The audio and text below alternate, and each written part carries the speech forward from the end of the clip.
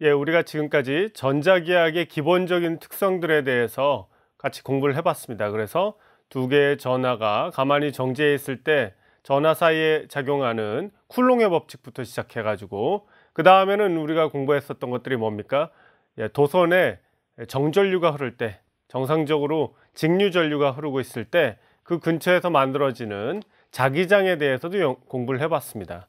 예, 그 내용은 우리가 비오사바르 법칙이라고 불렀죠. 그래서 쿨롱의 법칙에서 시작해 가지고 그 다음에 가우스 법칙, 그리고 비오사바르 법칙, 앙페르 법칙, 이런 것들을 배우고 나서 우리가 했던 것들이 맥스웰의 방정식에 대해서 배웠습니다. 맥스웰의 방정식을 배우다 보면 맥스웰이 앙페르 법칙의 약점을 수정해 가지고 변위 전류라는 개념을 도입해서 새로 수정한 앙페르 맥스웰 법칙 방정식이라는 것을 만들었고, 그 법칙이 나온 이후에 맥스웰은 무엇을 예상할 수 있었습니까? 그렇죠. 전자기파라는 것이 세상에 존재해야 한다는 것을 예상할 수 있었죠. 맥스웰의 전자기파 파동 방정식을 풀어서 전자기파라는 것이 존재해야 할 것이다 라는 것을 보였습니다. 자, 오늘부터는 우리가 전자기파의 한 일종이라고 할 수 있는 빛에 대해서 배우도록 하겠습니다. 빛의 기본적인 성질은 몇 가지가 있는데, 우리 여러분들이 잘 알다시피 빛에 대해서 많은 사람들이 이제 그 본질이 무엇이냐에 대해서 서로 굉장히 열띤 경론을 벌였었죠. 빛은 입자다, 아니면 빛은 파동이다, 이런 주장들을 했었습니다. 그 대표적인 인물 중에 한 명이 입자론을 주장했던 굉장히 거대한 인물이라고 할 수 있겠죠. 뉴턴은 빛이 입자라고 주장하면서 반사와 굴절 현상 같은 것들은 모두 입자론적인 관점에서 설명할 수 있다라고 주장을 했었습니다. 이에 반해서 호이겐스 같은 인물들은 아니다, 빛은 파동이라는 관점에서도 충분히 설명할 수 있다라는 말을 했죠. 하지만 미적분학을 만든 뉴턴이 훨씬 더 과학계에서 차지하는 위치가 컸기 때문에 그때만 해도 빛에 대해서 입자론적인 관점에서 바라보는 특성이 훨씬 더 강했습니다. 자, 그 이후에 똑같이 영국의 과학자이지만 토마스 영이라는 인물이 등장하면서 빛의 간섭 현상을 보여주는 것을 통해서 빛이 입자라고 볼 수 없고 호이겐스 등이 주장했던 것 같이 파동으로 봐야지 적절한 설명을 할 수 있다라는 이야기를 하기 시작했죠. 그 이후로 빛은 파동이라고 믿게 되었습니다. 자, 아주 간단하게 빛의 본질에 대해서 경론을 벌였던 옛날 과학자들에 대한 이야기를 했는데요.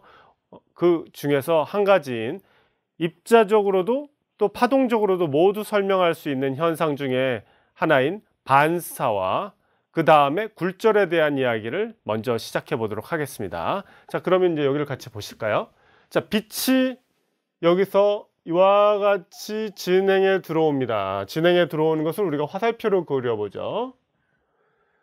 진행에 들어와서 지금 이 위치, 점 O라는 위치에서 반사되어 나가는 것을 보여주고 있습니다. 그럴 때 지금 이와 같은 관점에서 바라보는 것은 빛이 입자도 파동도 아니고 지금 관심 있는 것은 빛의 직진성만 신경 쓴 거죠. 빛의 직진성, 직진한다는 특성을 고려한 겁니다. 그래서 이와 같이 빛의 직진성만 가지고 다루는 이와 같은 방법을 우리가 뭐라고 그러냐면 레이 옵틱스라고 부릅니다.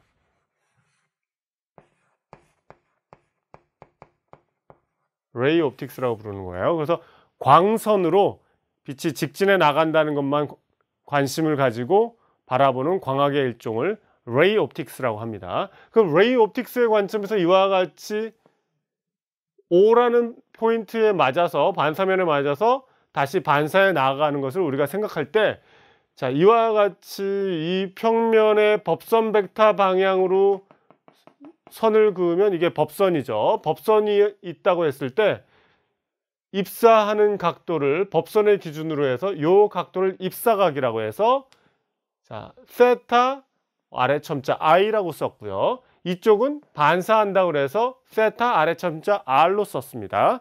그러면 I가 의미하는 건 뭐냐? 입사는 영어로 incident라고 불러요. 그래서 I라고 하고요.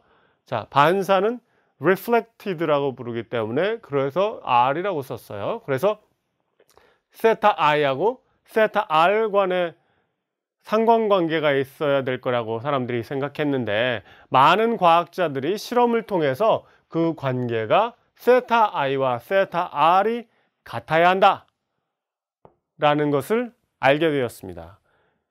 아시겠죠? 그래서 빛의 반사에 대한 가장 중요한 특성은 입사각과 반사각이 같다 하는 거예요. 그래서 이와 같은 공식으로 표현될 수 있다 하는 것입니다. 그러면 실험적으로 이와 같은 결과가 계속 나온다고 하면, 물리학이라는 것이 결과가 나온다고 해서 그냥 끝나는 학문이 아니죠. 이론적으로 어떠한 까닭 때문에 이와 같은 결과가 나와야만 한다라는 것을 설명을 할 수 있어야겠죠. 그렇죠? 자, 그러면 우리가 아주 간단하게 생각을 해봅시다. 자, P라는 점에서 Q라는 점으로 갈 때 우리가 여러 가지 방식으로 접근을 할 수 있어요. 이와 같이 갈 수도 있고요. 이와 같이 갈 수도 있고요. 이와 같이 갈 수도 있고요. 그렇죠? 여러 가지 방식으로 갈 수가 있어요. 그렇죠? 그러면 만약에 빛의 속력은 똑같이 C니까, 빛의 속력 C라는 거 여러분들 들어보셨죠? 빛의 속력은 1초에 약 30만 킬로미터를 갑니다. 그래서 대략 3 곱하기 10의 8승 미터 퍼 세크로 진행하죠. 공기나 아니면 진공에서요. 그와 같은 속력으로 여기를 간다고 쳤을 때, 그러면 여기서 여기까지 굉장히 짧은 시간 안에 가고 싶어 한다라는 게 빛의 기본적인 성질이다. 빛은 그러고 싶어 한다라는 것을 생각한 사람이 누구였냐면, 프랑스의 법률가이자 아마추어 수학자였던 페르마였습니다. 여러분, 페르마의 마지막 정리 그런 얘기 들어보셨죠? 예, 페르마라는 인물이 여러 분야에서 굉장히 중요한 역할을 많이 했던 인물인데, 아마추어 수학자였습니다. 아마추어 수학자였는데 수학을 굉장히 잘했어요. 그래가지고 여러분들, 페르마가 만들어낸 정리들이 굉장히 많은데, 수학 정리들이 많은데 마지막 정리를 수백 년 동안 못 풀었었죠. 그러다가 이제 페르마의 마지막 정리를 푼 사람이 유명해지기까지 했었는데요. 그 페르마가 어떻게 접근했느냐를 우리 같이 생각해 보도록 하겠습니다. 자, 이쪽을 같이 보실까요? 자, 좀 전에 말씀드렸던 것 같이 P라는 점에서 Q라는 점으로 진행을 합니다. 진행을 하는데 반사를 해서 진행을 한다는 걸 볼 수가 있어요. 그러면 여기서 출발해서 여기 R이라는 포인트에 부딪혔다가 다시 Q로 돌아가는, 네, 여기서 갔다가 여기까지 가는데 가장 짧은 시간 안에 도달하려면 어떠한 길을 택할 것이냐 하는 것을 우리가 수학적으로 계산을 해볼 수가 있겠습니다. 그러면 이걸 생각해 보죠. 자, 이 위치는 높이가 h예요. 여기 이 위치는 반사면으로부터 높이가 h2입니다. 여기는 h1이에요. 그리고 여기서부터 여기까지의 x축을 따라가서 가는 거리는 L이라는 거리를 가지고 있습니다. 그러면 P하고 R 사이에 가는데 X축 방향으로 X만큼 간다고 합시다. 그러면 R에서 Q까지 가는데 X축 방향으로는 전체 L-X겠죠. 그래서 L-X만큼 움직이겠어요. 그러면 실질적으로는 우리가 요 직각삼각형, 여기 직각삼각형이 있다고 했을 때 빗변을 따라서 움직이게 되죠. 그렇죠? 예. 그래서 이것을 어떻게 바라볼 수 있냐면, 이 길이가 여기서부터 여기까지 가는데 걸리는 시간을 T1이라고 합시다. T1은 어떻게 된 거냐면, 빛의 속력이 C고 그 다음에 요 길이를 해주는 거예요. 그래서 PR, 선분 PR이라는 거리를 빛의 속력으로 달리면 T1이 걸리겠죠. 그렇죠? 그 다음에 여기서부터 여기까지 가는데 걸리는 시간은 T2라고 합시다. T2예요. 그러면 그것은 C분의 RQ겠죠. 그렇죠? RQ가 될 것입니다. 그렇죠? 예. 그래서 그러면 길이 RP하고 RQ를, 이 선분을 이와 같이 표현할 수가 있겠죠. 좀 전에 말씀드린 것 같이 직각삼각형의 빗변의 길이기 때문에 피타고라스의 정리를 이용해서 이와 같이 표현을 할 수가 있겠습니다. 그렇죠? 그러면 전체 시간은 t1 더하기 t2이니까 그것을 이와 같이 표현할 수가 있겠어요. 그래서 이 거리 P하고 R 사이의 직선거리는 그죠? 스퀘어 루트에서 x제곱 플러스 h1의 제곱으로 표현되고요. 그것을 속력 C로 나눈 값이고요.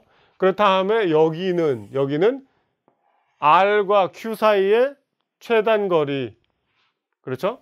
이 빗변의 길이가 되겠죠. 그러니까 이것은 스퀘어 루트에서 L-X의 전체 제곱 더하기 H2의 제곱이 되겠습니다. 그렇죠? 그래서 C로 나누면 요게 T1, 요게 T2가 되겠죠. 그러면 지금 관심사는 뭐냐면 요 시간을 최소로 만들겠다는 겁니다. 그러면 여기서 변수가 뭐냐고요? 변수는 물론 X가 되겠죠. 다시 말하면 R이라는 위치를 도대체 이 중간 어디다가 놔야지 요 값이 최소가 되겠느냐 하는 거예요. 그래서 그거를 이제 생각해 보면 t를 x에 대해서 미분해야겠죠. 그렇죠? 미분했을 때 최소값이 나오려면 일단 뭘 생각해 봐야겠습니까? 예, 극소점이 나오는 위치가 적절한가를 판단해 봐야겠죠. 그래서 미분해서 0이 되게 바라보는 거예요. 0이 되게 바라보는 거예요. 그래서 요거를 미분하면 이렇게 되고요. 여기를 미분하면 이렇게 되는 것을 보실 수가 있어요.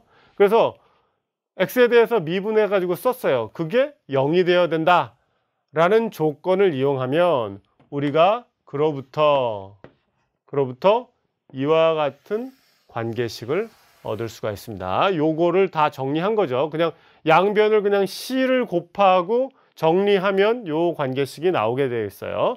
그러면 이게 의미하는 바가 뭔가요? 이게 의미하는 바가 여기가 지금 분모고요. 그렇죠? 그 중에서 x예요. 그렇죠? 그러면 그거는 다시 쓰면 여기랑 여기랑 같죠. 그래서 여기가 x란 말이죠. 직각삼각형이에요. 그렇죠? 그러면 이게 빗변하고 이렇게 된 거니까 요 세타1에 대해서 사인 값입니다. 그렇죠?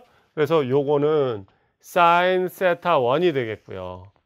자, 이쪽을 보면요. 이쪽을 보면 이게 빗변이고요. 그 다음에 요게 값이죠. 그러면 얘랑 똑같이 여기가 이 직사각형이 될 테니까 여기 세타 2에 대해서 이것분의 이거 해서 이 값은 사인 세타 2가 되겠습니다. 그렇죠?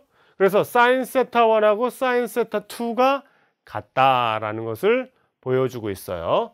자, 그러니까 조금 전에 얘기한 것 같이 P를 거쳐서 R을 거쳐서 Q로 직진만을 해가지고 가는 때 걸리는 총 시간을 최소로 만들게 하려면 사인 세타 1하고 사인 세타 2는 같아야 한다라는 것이 기본적인 조건이 되겠습니다. 그런데 지금 이와 같은 상황에서 반사면이 굉장히 평평한 이런 상태가 되면 어떤 조건을 만족합니까? 세타 1하고 세타 2는 모두 0도에서 90도 사이죠. 다시 말해서 0 라디안에서 2분의 파이 라디안 사이에 있단 말이죠. 그렇기 때문에 요 식은 결과적으로 이렇게 바꿨을 수 있죠. 세타 1하고 세타 2가 같아야 한다라는 것을 보여줍니다. 그렇죠? 그래서 그 얘기는 결과적으로 조금 전에 말했듯이 세타 1하고 세타 2를 인시던트 앵글과 리플렉티드 앵글로 이름을 바꿔서 쓰면은 세타 i는 세타 r하고 같아야 한다라는 이야기로 되돌아오는 격이라고 할 수 있겠죠. 아시겠죠? 그러면 여러분들 지금 얘기했던 이것은 지금 고등학교에서 배우는 미적분학적 관점에서 계산을 했을 때 이와 같다는 것을 보여주고 있습니다. 그렇죠? 그러면 우리가 다른 방식으로 생각해 보면 어떻게 될까요? 다른 방식으로 생각한다면 자, 제일 짧은 거리를 가게 하려면 그렇죠? 속력이 동일하다고 했을 때 제일 거리도 짧아야겠죠. 그렇죠? P에서 Q까지 이와 같이 가는데 가장 짧은 거리를 만들려면 어떻게 해야 되느냐 하는 문제가 된단 말이죠. 그러면 우리가 대학교 수준으로 풀 필요도 없이 다른 방식으로 생각해 볼 수가 있어요. 어떻게 할 수 있느냐? 바로 요것을 X축이라고 놨을 때 X축에 대해서 Q라는 점을 그대로 여기 반사해서 놓는다고 칩시다. 그러면 이제 Q'라고 할 수 있겠죠? Q'라고 할 수 있으면 P에서 Q'까지 갈 수 있는 가장 짧은 경로는 뭡니까? 물론 직선이죠. 그죠? 직선이에요. 그래서 여기까지 가는 거리는 직선이 되겠죠. 그렇죠? 그러면 그거는 결과적으로 뭐냐면 요 위치 직선으로 그었을 때 X축하고 만나는 요 위치가 뭐다? 바로 우리가 찾고 싶어하는 R의 위치라는 거죠. 그랬을 때 PR 더하기 RQ가 가장 짧게 되는 방법은 바로 직선으로 놨을 때다 하는 거죠. 만약에 그렇지 않다면 여기서 만약 R이 여기라면 여기하고 R하고 이렇게 있게 되면 어떻게 돼요? 그러면 요것을 가장 짧게 보고 여기는 삼각형이 되죠. 이와 같은 삼각형이 되죠. 예를 들어서 이와 같이 될 거란 말이죠. 그러면 여기는 R이고 여기는 R'이라고 했을 때 이렇게 가는 길은 절대로 요 길보다 짧을 수가 없겠죠? 그렇죠? 예. 그래서 여러분들 중학교 수준으로 생각하더라도 이와 같이 가야 된다 하는 것을 알 수 있겠어요. 그래서 요 점을 여기를 이렇게 위로 데칼코마니로 꺾어 올리면 바로 이렇게 된다는 얘기예요. 그렇죠? 예. 그러면 우리가 다시 이거를 지우고요. 자, 이렇게 다시 그렸어요. 이렇게 그린 다음에 여기가 P고 여기는 Q'이고 그렇게 한 다음에 이거를 접어 올려요. X축에 대해서 접어 올리면 여기가 바로 우리가 얘기했던 Q하고 Q'은 같다고 했으니까 그렇죠. 이렇게 되죠. 그렇죠? 그러면 보세요. 법선을 이렇게 그었다고 했을 때 요각하고 요각은 같죠. 그렇죠? 요각하고 요각은 같단 말이에요. 그러면 꺾어 올렸으니까 당연히 요각하고 요각은 같겠죠. 그렇죠? 그래서 여러분들 중학교 때 배웠던 것 같이 세타하고 세타 프라임은 같게 마련이고 그런데 여기하고 여기는 대칭에 의해서 X축의 대칭에 의해서 세타 프라임과 세타 더블 프라임이 같아야 된다는 조건이 있어요. 이 두 조건에 의해서 결과적으로 그러므로 세타는 세타 더블 프라임과 같아야 되죠. 지금 세타하고 세타 더블 프라임이 결국 뭐예요? 저 앞에서 했었던 세타 i하고 세타 r의 관계라고 할 수가 있겠습니다. 아시겠죠? 그래서 조금 전에 했었던 거는 페르마가 아주 복잡한 미적 분학을 이용해서 그렇죠? 뉴턴한테 배운 뉴턴이 직접 가르친 건 아니지만 뉴턴 이후에 페르마가 사용했던 방식으로 우리가 미분을 이용해서 극소값을 찾고 그로부터 최소가 되게 시간이 최소가 되게 빛은 진행한다라는 그의 생각에 바탕을 두고 계산을 했더니 이 반사의 법칙이 그대로 맞아떨어진다는 것을 알 수 있었는데 지금 중학교 수준으로 했을 때에도 그렇게 돼야 되는구나 하는 것을 알 수 있다 하는 것이죠. 아시겠죠? 그래서 반사의 법칙이 이와 같다라는 것을 우리가 고등학교 수준, 중학교 수준에서 바라보았습니다. 자, 빛의 반사에 대한 특성을 한번 공부를 했죠. 이제 우리가 빛의 굴절에 대한 특성을 한번 연구해 볼까요? 빛의 굴절은 어떤 성격을 갖고 있나 봅시다. 자, 여기서 이제 우리가 어떤 경계면이 있는데 지금 여기에 물질 1이라는 녀석하고 2라는 애가 있어요. 물질 1과 2가 두 종류가 있는데 물질 1과 2의 경계면이 이와 같이 빗금으로 표현되어 있는 것입니다. 그러면 여기서 입사광선이 들어오면 아까 우리가 광학이라는 이야기를 했었죠. 레이 옵틱스라고 했습니다. 레이 옵틱스의 관점에서 빛이 직진해서 막 달려와요. 온 다음에 여기서 반사되는 게 있죠. 아까 말씀드렸죠. 일부 반사가 됩니다. 그리고 일부가 이와 같이 진입을 합니다. 물질 2로 진입을 합니다. 그러면 아까 설명드렸지만 세타 1하고 세타 3는 서로 크기가 같아야 한다라는 것이 반사의 법칙의 특성이라고 얘기했어요. 반사의 법칙은 그와 같은 관계식을 만족해야 된다고 했습니다. 그러면 지금 관심 있는 건 뭐냐? 세타 1하고 세타 2 사이에는 어떤 관계가 있을 것이냐 하는 것을 이해하는 것이 바로 빛의 굴절에 대한 어떤 관계식을 이해하는 것이에요. 그런데 스넬이라는 인물이 여러 차례 실험을 했더니 재미있는 관계식이 나오더라 하는 거예요.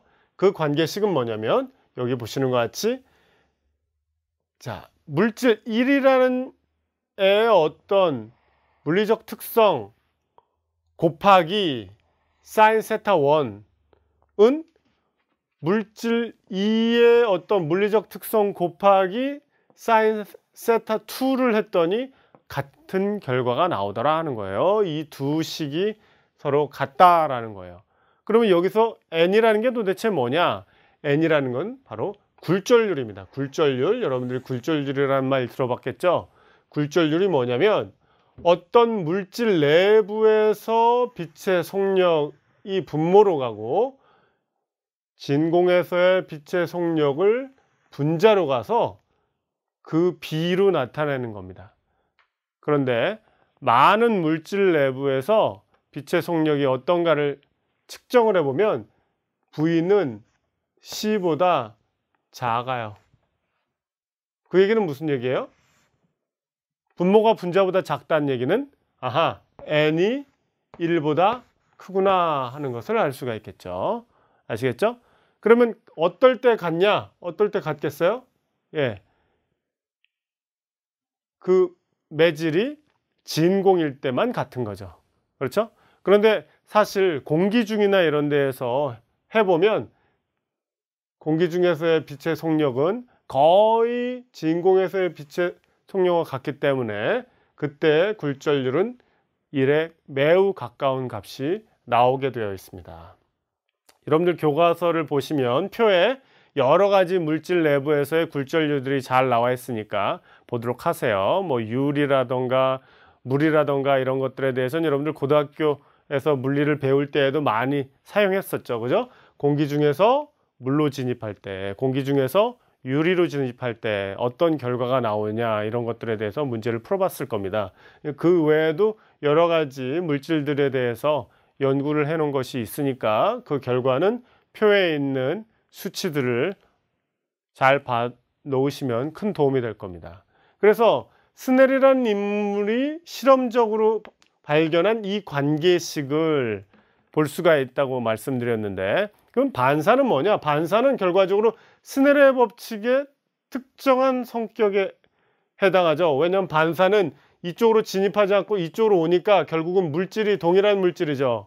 그죠? 물질 1이라는 애가 여기고 물질 2라는 애가 여기라고 그랬으니까 요 안에서 벌어진 일들은 동일한 물질이란 말이에요.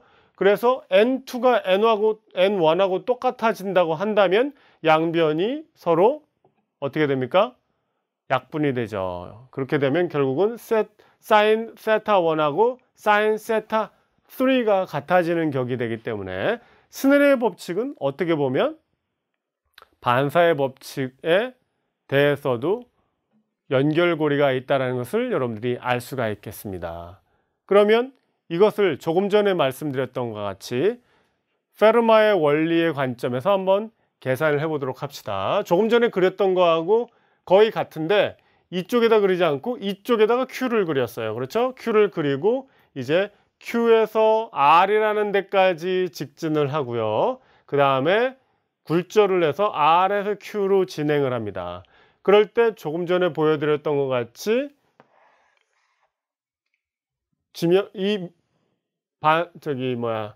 두 개의 물질의 경계면까지의 거리 H1, H2를 놓고 여기를 X, 전체 x축으로의 거리를 L이라고 놨을 때 여기는 L-X. 그걸 가지고 이제 계산을 다시 해보면 되겠어요. 그러면 P에서부터 R까지 진행하는데 거리는 PR이죠. 이만한 거리를 가요. 근데 어떤 속력으로 갑니까? 어떤 속력으로 가요? V1이라는 속력으로 갑니다. 자, 여기가 지금 I라는 세상이고 여기가 1이라는 세상이고 여기가 2라는 세상이에요. 지금 로마자로 썼습니다. 아시겠죠? 그러면 여기서의 진행 속도를 V1이라고 하고 여기서의 진행을 V2라는 속력으로 진행한다고 치면 이게 T1이에요. 그렇죠? 자, 매질 1에서 P에서 R까지 직진해서 가는데 걸리는 시간이에요. 그리고 T2는 뭐예요? T2는 이 거리니까 아까 했던 것 같이 RQ 직진 거리죠. 그 다음에 그거를 V2라는 속력으로 진행을 합니다. 그렇죠? 그래서 이 두 경우에 우리가 T1하고 T2가 나오는 것을 볼 수가 있었어요. 그러면 결과적으로 전체 T는 T1 더하기 T2로 쓸 수가 있겠죠. 자, 이쪽에다 이제 다시 그것을 직각삼각형의 특성을 이용해서 피타고라스 정리를 가지고 계산을 하면 여기 있는 식이 이와 같이 되고요. 그런데 어떤 물질 안에서의 속력은 굴절률하고 관계식 이거에 의해서 그렇죠. V는 결과적으로 V는 N분의 C로 표현할 수가 있으니까 식을 V1이 되게 한다면 그거는 N1분의 C가 되고요. V2가 되는 것은 N2분의 C가 되죠. 그렇죠? 그래서 분모에 이 값들을 넣고 분자의 각각의 길이를 넣으면 그 다음에 시간을 X에 대해서 미분을 해주죠. X에 대해서 미분을 해줍니다. 그러면은 각각이 미분돼서 나오고 그게 결과적으로 뭐가 돼야 돼요? 이게 0이 되어야 극소점을 찾을 수가 있다. 그 얘기를 했었죠. 그래서 0이 된다고 하는 조건을 만족하면 여기서 보는 바와 같이 이와 같은 관계식이 나온다는 것을 알 수 있고 이와 같은 관계식에서 N1을 빼고 여기까지가 뭐예요? 그렇죠. 사인 세타죠. 여기가 요렇게가 사인 세타예요. 그렇죠? 그리고 N2를 빼고 나머지가 뭐예요? 예. 여기서 요렇게 해서 여기가 사인 세타 2입니다. 그래서 결과적으로 이게 N1 사인 세타 1 이퀄 N2 사인 세타 2라는 관계식을 얻을 수가 있군요. 그래서 지금 페르마의 원리를 이용해서 빛은 최소 시간이 걸리는 그런 자취를 따라서 진행해 나간다라는 그의 생각이 놀랍게도 스넬의 법칙도 설명할 수 있는 것을 볼 수가 있었습니다. 그렇죠? 자, 그래서 동일한 매질 내에서 반사해서 돌아가는 것 또는 서로 다른 두 매질 사이에서 굴절해서 진행해 가는 것 이 두 가지를 모두 페르마의 원리를 이용해서 우리가 유도해 볼 수 있다 하는 것을 오늘 배웠습니다. 교과서에는 페르마의 원리를 이용해서 직접적으로 미분을 하고 하는 과정을 보여주는 책은 우리 교재에 나와 있지 않고 많은 일반 물리학 책에 그런 식으로 접근한 책은 없지만 제가 특별히 그렇게 어렵지 않고 고등학교 수준에서 미분을 통해서 답을 얻는 것을 할 수 있기 때문에 여러분들이 그 방법을 이용해서 설명을 해 보았습니다.